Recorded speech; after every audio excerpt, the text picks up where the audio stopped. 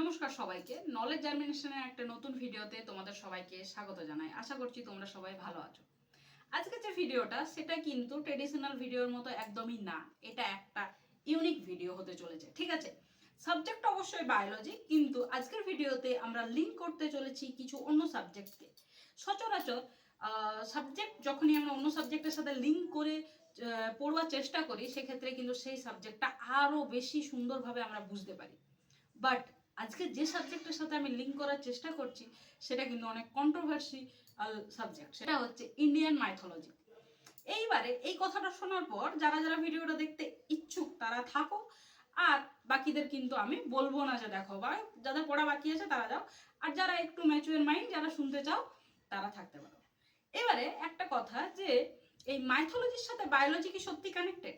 দেখো, কানেক্টেড কতটা সেইটা একবারেই রিসার্চ করে আমি একদমই পেপার পাবলিশ করে তোমাকে বলতে পারবো না রাইট নাও, এখন পারবো না, মেবি ফিউচারে। বাট কিছু কিছু হিন্টস দিয়ে, কিছু কিছু কম্প্যারিজনের মাধ্যমে আমি তোমাকে একটু বোঝাতে পারি যে হ্যাঁ, মেবি কিছু কিছু জায়গায় কানেক্টেড। কিছু কিছু টপিক আছে যে টপিকগুলো ডিসকাস করলে তোমার কোথাও না কোথাও মনে হতে পারে যে হ্যাঁ, কানেক্টেড। বাট আজকে যে কোনো একটা টপিক নিয়ে কথা বলবো, ঠিক আছে? আশা করছি তোমরা খুশি হবে এই ভিডিওটা দেখে। দেখো, বায়োলজি একটা সাবজেক্ট, সায়েন্সের সাবজেক্ট, আর মাইথোলজি হচ্ছে সায়েন্স থেকে অনেক দূরে। বাট একটা কথা মনে রাখবে, যে সায়েন্স যেখানে ভাবনা চিন্তা করতে করতে যেখানে একদম এন্ডে পৌঁছায়, তখন ফিলসফি শুরু হয়, আর ফিলসফি যখন এন্ডে পৌঁছায়, ঠিক আছে, তখন কিন্তু স্পিরিচুয়ালিটি, আর এই স্পিরিচুয়ালিটির সাথেই কিন্তু মাইথোলজি কানেক্টেড কোথাও না কোথাও। যাই হোক, আমি কন্ট্রোভার্সিতে যেতে চাইছি না, আমি তর্ক বিতর্কে যেতে চাইছি না। যারা ইন্টারেস্টেড তারা থাকো, বাকিদের জন্য অন্য ভিডিওগুলো রইল, ঠিক আছে? এখন আমি তোমাদেরকে একটা ছবি দেখাতে চাইছি স্ক্রিনে। ছবিটা দেখো, এবং এই ছবিটা হচ্ছে ইন্ডিয়ান মাইথোলজির একটা ছবি। এই ছবিটা বিশেষ করে সৃষ্টির শুরুর ছবি বলতে পারি। যখন সৃষ্টি শুরু হচ্ছে তখন, ঠিক আছে, আমি কিন্তু মৎস্য অবতারের কথা বলছি না।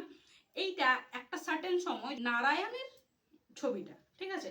নারায়ণ কার সাথে রয়েছেন না মা লক্ষ্মীর সাথে রয়েছেন। তিনি শেষ নাগের ওপরে রয়েছেন, কাভারিংটা দেখতে পাচ্ছ, শেষ নাগের ওপরে রয়েছেন, এবং ওনার নাভিমূল থেকে একটা কানেকশন তৈরি হয়েছে, যে কানেকশনটা ডিরেক্ট একটা পদ্ম ফুলের ওপর ব্রহ্মা রয়েছেন, তাই তো? এইবারে বুঝতে পেরে গেছো যে আমি কোন জিনিসটা কানেক্ট করার চেষ্টা করছি। অ্যাট দ্য সেম টাইম এই জিনিসটাই, এই ছবিটা দেখো, এটা হচ্ছে হিউম্যান ফিটাসের ছবি। একটা শিশু মায়ের ওম এর মধ্যে কিন্তু বড় হচ্ছে, এবং তুমি দেখতে পাচ্ছ যে শিশুটা যে নাভিমূল, সেটার থেকে আম্বিলিক্যাল কর্ড কিন্তু বেরিয়ে এসছে, এবং সেই কর্ড কিন্তু একটা পদ্ম ফুলের মতন জিনিস, যেটা রেড কালারের, যেটাকে আমরা প্লাজেন্টা বলি, ঠিক আছে? প্লাজেন্টা। এইবারে আমি এটা দেখেছো, দেখো, একটু মন দিয়ে দেখো, এবং তারপর আমি ডিসকাস করছি। শিশু যখন গর্ভাবস্থায় থাকে, শুরুর কিছুদিন বাদ দিয়ে তার কিন্তু এই নাভিমূলের সাথে কানেক্টেড হয়ে এই যে আম্বিলিক্যাল কর্ড এবং এই যে প্লাজেন্টা, সেইটা কিন্তু তৈরি হয়ে যায়, ঠিক আছে? প্রথমে একটু শুরু হতে সময় লাগে, তারপরে কিন্তু প্লাজেন্টা একবার তৈরি হয়ে গেলে বার্থ টাইম অবধি কিন্তু সেইটা তাকে প্রোটেকশন দেওয়ার জন্য থাকে। প্রোটেকশন কথার সাথে কানেক্ট করলে তুমি কিন্তু আমাদের আগের ছবিটার সাথে কানেক্ট করতে পারবে। আমি দুটো ছবি দিচ্ছি পাশাপাশি, দেখো। প্রোটেকশন, নারায়ণ ব্রহ্মাকে কিন্তু বলেছেন সৃষ্টিকর্তা, রক্ষাকর্তা, ঠিক আছে?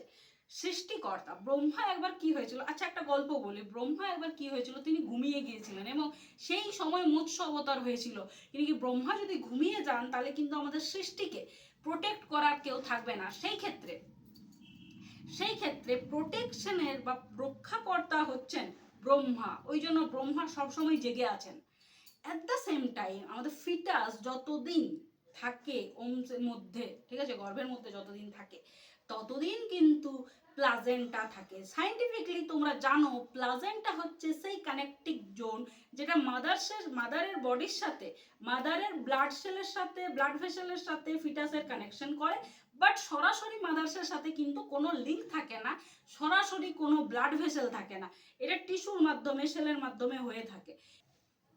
অর্থাৎ একটা ফিটাসের ক্ষেত্রে কিন্তু আম্বিলিক্যাল কর্ড এর সাথে যে প্লাজেন্টা থাকে, সেটাই হচ্ছে তার সার্ভাইভেলের একমাত্র উপায়, যার সাহায্যে সে বিভিন্ন ফুড মেটেরিয়াল তার মাদার বডি থেকে কিন্তু অ্যাবজর্ব করতে পারে। আদারওয়াইজ সে কিন্তু তার কোনো সোর্স নেই যেখানে সে নিউট্রিশন পেতে পারে। এছাড়া এই প্লাজেন্টা থেকে প্রচুর হরমোন সিক্রেট হয়, তোমরা জানো যারা বায়োলজি পড়েছো, যে সেই হরমোনসগুলো কিন্তু সেই ফিটাসকে প্রোটেকশন দিচ্ছে প্রতি মুহূর্ত টিল যতক্ষণ না সে বার্থ হয়। ইনফ্যাক্ট বার্থ হওয়ার সময় অক্সিটোসিনের মতো হরমোনকে সিক্রেট করবে, যার সাহায্যে বার্থ হতেও সাহায্য করবে। এই সময় ইস্ট্রোজেন, প্রজেস্টেরন, প্রচুর হরমোন, যেটা শুধুমাত্র সেই ফিটাসের জন্য সেই প্লাজেন্টা থেকে কিন্তু সিক্রেট হয়ে থাকে। অর্থাৎ একটা ফিটাসকে তার সমস্ত গ্রোথের জন্য তাকে কিন্তু ডিরেক্ট প্লাজেন্টাই সাপোর্ট করে, ঠিক আছে। এবং তখন সে কিন্তু মাদার বডি, যেটা মায়ের কাছ থেকে কোনো হরমোন ডাইরেক্ট নেয় না, সেখানে প্লাজেন্টাতে তৈরি হয়। অর্থাৎ এতক্ষণে হয়তো তোমরা বুঝতে পেরে গেছো যে একটা ফিটাস এর যে কাজ, ফিটাসের সাথে প্লাজেন্টার যে কাজ, প্লাজেন্টা যে কাজটা করে অ্যাকচুয়ালি নেচারে, রিয়েলিটিতে, মাইথোলজিক্যাল দিক দিয়ে সেখানে ব্রহ্মা কিন্তু সেই কাজটাই করেন। ব্রহ্মার কাজ হচ্ছে সৃষ্টিকর্তা, ঠিক আছে। তিনি সৃষ্টি এবং পালন দুটোই করেন, নারায়ণও তার সাথে থাকেন। অর্থাৎ নারায়ণ এবং ব্রহ্মা মিলে একটা সৃষ্টির যে পুরো একটা একটা দিক, সেইটা পুরোটাই কন্ট্রোল করে থাকে তার জন্য। এছাড়া আরেকটা জিনিস আমরা দেখতে পাচ্ছি যে শেষনাগ হচ্ছেন যার ওপরে কিন্তু নারায়ণ শায়িত অবস্থায় রয়েছেন এবং প্রোটেকশন দিচ্ছে।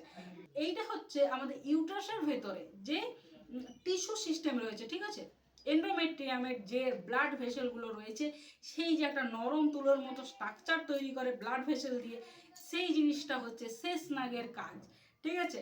অ্যাট দ্য সেম টাইম আমরা কিন্তু এখানেও কিন্তু একটা পুরো ইউনিভার্সকে কল্পনা করতে পারি, যার মধ্যে জীবাত্মার মধ্যে কিন্তু মানে এই একটা জীবের মধ্যে কিন্তু সেই সমস্ত রকম জিনিস, একটা প্রোটেক্টিভ এরিয়া কিন্তু এখানে তৈরি হতে থাকে। তবে গিয়ে কিন্তু সেই শিশু 10 মাস 10 দিন থাকার পর সে কিন্তু মোটামুটি ভূমিষ্ঠ হয়।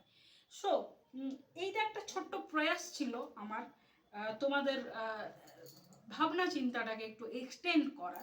যদি কারো ভালো লেগে থাকে অবশ্যই দেখো, শেয়ার করো। আদারওয়াইজ যারা এই টপিকে ইন্টারেস্টেড নও তাদের জন্য তো অন্যান্য ভিডিও রয়েছে। আজকের ভিডিওটা এই পর্যন্তই। দেখা হচ্ছে নেক্সট সাবজেক্ট ওরিয়েন্টেড এবং অন্যান্য টপিক রিলেটেড ভিডিওতে। ততক্ষণের জন্য তোমরা পড়াশোনা করতে থাকো।